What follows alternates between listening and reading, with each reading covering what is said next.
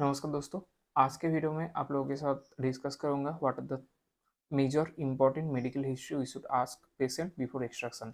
मतलब extraction tooth extraction करने के पहले वेरियस टाइप्स ऑफ तो मेडिकल हिस्ट्री हम पूछते हैं, बुक्स में भी वेरियस टाइप्स ऑफ लिखे हैं, लेकिन प्रैक्टिकली बेसिकली क्या है, क्या तीन चार भी मेन मेडिकल हिस्ट्री के बारे में हम लोग को जानना चाहिए। बेसिक चीज़ पूछ लेना चाहिए, वो तीन चार चीज़ क्या है उसके बारे में आज के वीडियो में डिस्कस करेंगे। तो बेसिक एक्सट्रैक्शन करने के पहले बहुत सारा चीज़ जानने की ज़रूरत नहीं है। दो तीन चीज़ ही है जो हम लोग को काम में आता है, एक्सट्रैक्शन के रिलेटेड है। वो अगर नॉर्मल रेंज में रहेंगे तो आराम से हम लोग एक्सट्रैक्शन कर सकते हैं, जो मुझे लगता है। इसके अलावा कोई कुछ है तो आप कमेंट बॉक्स में लिख सकते हैं। तो मुझे जो लगता है पर्सनली सबसे फर्स्ट पॉइंट में आज के दिन में इंडिया में सबसे ज़्यादा ही पाया जाता है diabetes mellitus, blood pressure, blood sugar. ठीक है। तो डायबिटीज़ मेलिटस है कि या नहीं पेशेंट में, लास्ट कब चेक किए थे, कुछ टेस्ट का रिपोर्ट है क्या नहीं, मतलब ब्लड शुगर जो उसका अगर नहीं है तो कुछ उसका जो साइन सिम्टम्स कुछ दिखा जा रहा है, डिलेड हीलिंग, वुंड हीलिंग, ये सब चीज़ रिलेटेड। ठीक है। तो उसका जो साइन सिम्टम्स है उस रिलेटेड ओ, मतलब शुगर टेस्ट के बारे में, शुगर क्या है नहीं है इसके बारे में थोड़ा बहुत, मेनली एजेड पेशेंट में, हेवी बॉडी वेट पेशेंट में, इस सब के बारे में थोड़ा बहुत जानना चाहिए। जहाँ पे आप लोग सजेस्ट कर सकते हो HbA1c टेस्ट के लिए। कभी कभी ब्लड शुगर का जो फास्टिंग आता है, खाने के पहले खाने के बाद, जो post prandial blood glucose test, इसके बारे में भी इन्वेस्टिगेशन करके ये वाला चीज़ आप सॉर्ट आउट करके देख लेना चाहिए, जो कि मुझे लगता है one of the most important thing in medical, in dentistry before extraction. क्योंकि एक्सट्रैक्शन करने के बदले अगर उसका डायबिटीज़ मेलिटस रहेंगे, ये सब रहेगा, uncontrolled diabetes mellitus, blood sugar रहेंगे, तो डिलेड वुंड हीलिंग होगा, ज़्यादा इन्फ्लेमेटरी रिएक्शंस ये सब होगा। तो इसके बारे में थोड़ा बहुत जानना, पूछ लेना मुझे जो लगता है इंपॉर्टेंट है। सेकंड में आता है उसका प्रेशर का रिलेटेड, मतलब ब्लड प्रेशर रिलेटेड कुछ हिस्ट्री है कि नहीं, एबनॉर्मल कुछ प्रेशर होता है, कुछ उसका मेडिसिन कुछ चल रहा है कि नहीं। ठीक है। नॉर्मल रेंज में है कि नहीं, इस सब के बारे में थोड़ा बहुत जान लेना, पूछ लेना चाहिए, मुझे जो लगता है। देन मैं थर्ड में रखूँगा जो हार्ट कंडीशंस, हार्ट का कुछ कार्डियक कुछ मेडिसिन चल रहा है कि नहीं। बहुत सारा पेशेंट में आता है ब्लड थिनर चल रहा था, एस्पिरिन रिलेटेड बहुत सारा मेडिसिन चल रहा था, तो उस टाइम में क्या होगा, तो ब्लड थिनर चल रहा, एक्सट्रैक्शन करने के बाद बहुत अनकंट्रोल ब्लीडिंग होगा, जिसकी वजह से बाद में जाके वेरियस टाइप्स ऑफ कॉम्प्लिकेशन हो सकते हैं। तो उसलिए हम लोग को एक्सट्रैक्शन करने के पहले ब्लड प्रेशर के उस टाइम में भी सेम चीज़ होगा। आपका एक्सट्रैक्शन के बाद बहुत ज़ोर से बहुत ब्लीडिंग होने के चांस हो सकता है। तो वेरियस टाइप्स ऑफ आपका बोल सकते हो चक्कर आना उस टाइप का। तो ये सब चीज़ हो सकता है। देन हार्ट कंडीशंस के बारे में, एस्पिरिन रिलेटेड कुछ मेडिसिन चल रहा है कि नहीं, कुछ पास्ट हिस्ट्री है कि नहीं, उस रिलेटेड कुछ प्रॉब्लम है कि नहीं। ठीक है।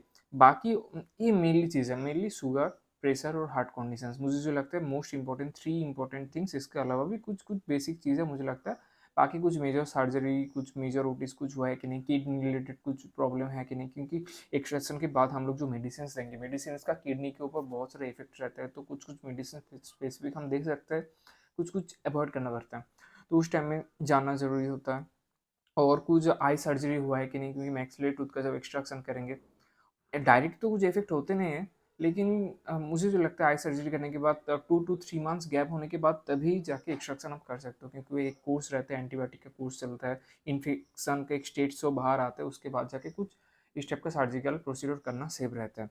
देन ये मेन तीन चार चीज़ है। और वोमेन लेडीज़ लोगों के लिए और दो तीन चीज़ अलग से, मतलब प्रेगनेंसी रिलेटेड कुछ भी है क्या, हुआ है तो कौन सा ट्राइमेस्टर में है, इस सब के बारे में थोड़ा जान लेना। और मादर है तो लैक्टेटिंग मादर है या नहीं, ये सब के बारे में, क्योंकि उस रिलेटेड आप ट्रीटमेंट प्रोसीड्योर कर पाएंगे और उस रिलेटेड मेडिसिन भी प्रोवाइड कर पाएंगे।